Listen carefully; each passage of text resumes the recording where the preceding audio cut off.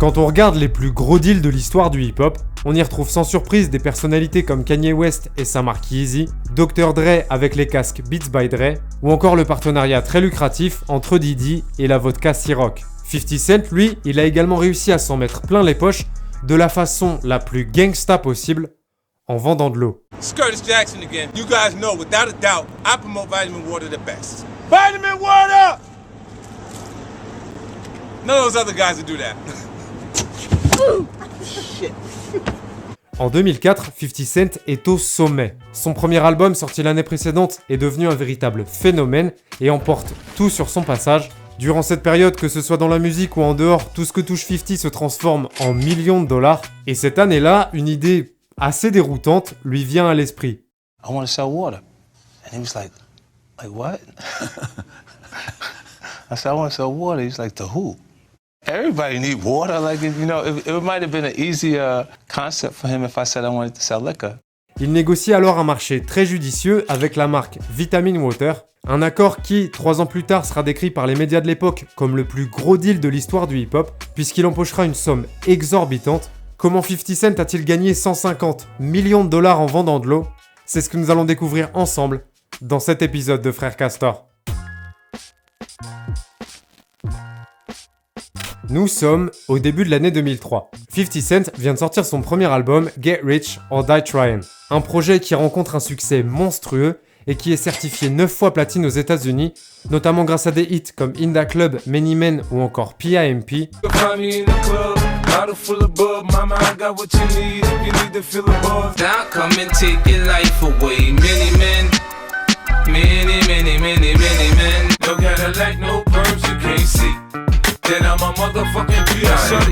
Une perf hors du commun qui propulse 50 sur le devant de la scène. En l'espace de quelques mois seulement, il devient une méga star internationale. Et très rapidement, en plus de son talent pour la musique, il montre aussi qu'il a le sens des affaires.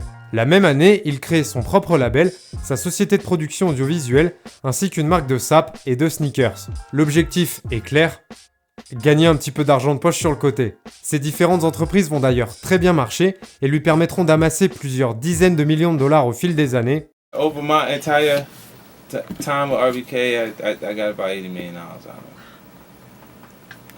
it.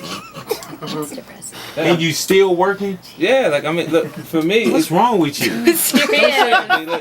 Autant dire que 50 Cent, dont la devise est réussir ou mourir, il est plutôt bien parti.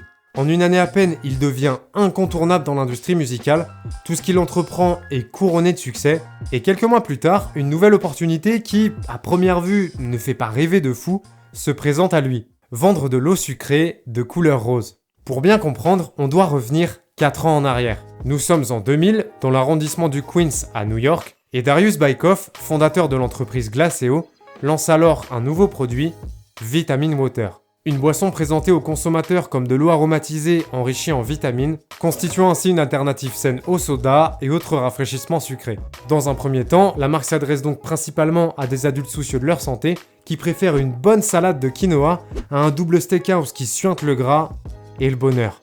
Bref, il se trouve qu'assez rapidement après son lancement, Vitamin Water réussit à se faire une place sur le marché et au bout d'un an, la boisson est déjà distribuée dans les rayons de plus de 4000 magasins new-yorkais. Un succès local qui permet à Bykoff de voir beaucoup plus grand et par la suite, grâce en partie à l'appui de celui qu'on désigne à ce moment-là comme étant le nouveau roi de New York, la marque va connaître une ascension spectaculaire.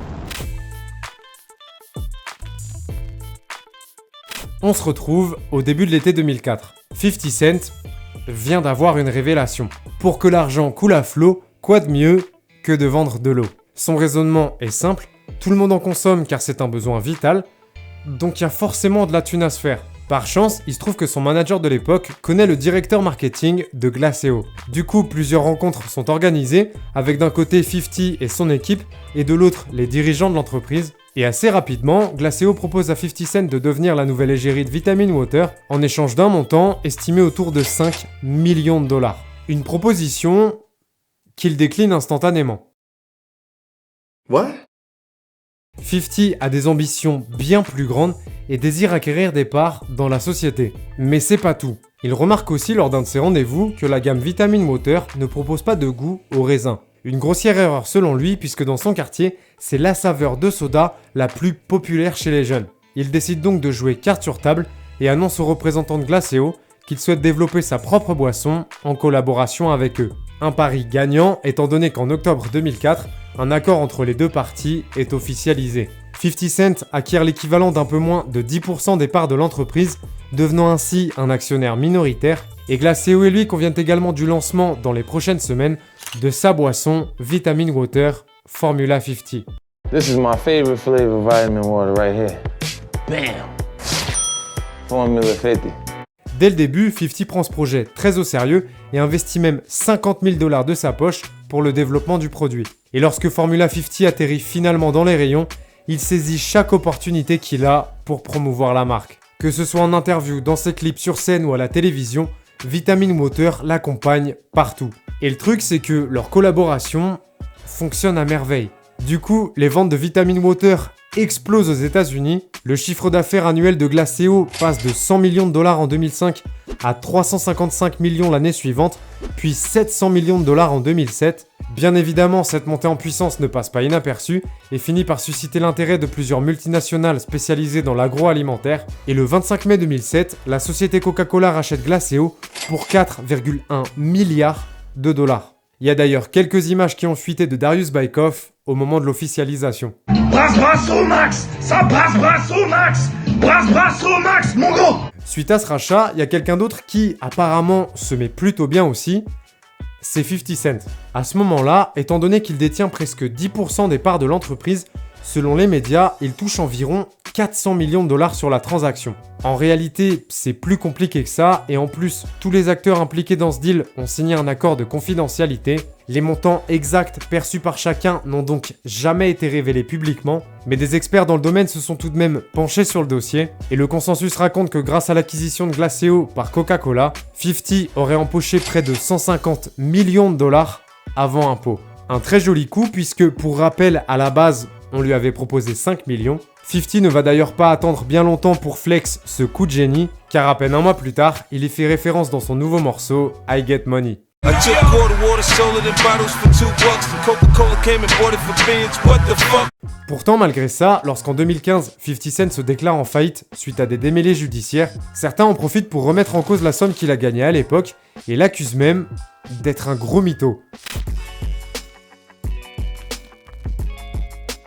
Les rumeurs autour de cette histoire sont principalement alimentées par le fait que lors de sa procédure de mise en faillite, 50 aurait apparemment demandé au juge chargé du dossier de veiller à garder confidentielles des informations spécifiques, notamment sur la vente de Glacéo. Une volonté qui, selon certaines personnes, indiquerait qu'il aurait gagné beaucoup moins avec ce deal que ce qu'il a pu laisser entendre au fil des années. Mais d'un autre côté, étant donné qu'à cette période, il cherchait à tout prix à minimiser le montant de sa fortune pour des raisons stratégiques par rapport au règlement de ses dettes, c'est une interprétation à considérer avec beaucoup de précautions.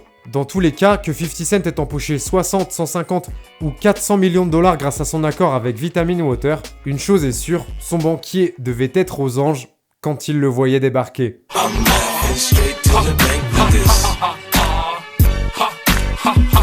Si tu as apprécié cette vidéo et que tu veux que j'en fasse d'autres, tu le sais, lâche un gros pouce bleu. Je t'invite à aller regarder cette vidéo dans laquelle je te raconte pourquoi le clash qui oppose Young and Ace à Foolio est l'un des plus terrifiants et des plus irrespectueux, ou celle-ci qui explique pourquoi certains sont persuadés que Drake est impliqué dans la mort d'XXXTentacion. Je mets en ligne des vidéos chaque semaine, donc si tu veux être sûr de n'en rater aucune, abonne-toi en cliquant sur ma grosse tête et n'oublie pas d'activer les notifications en cliquant sur la cloche.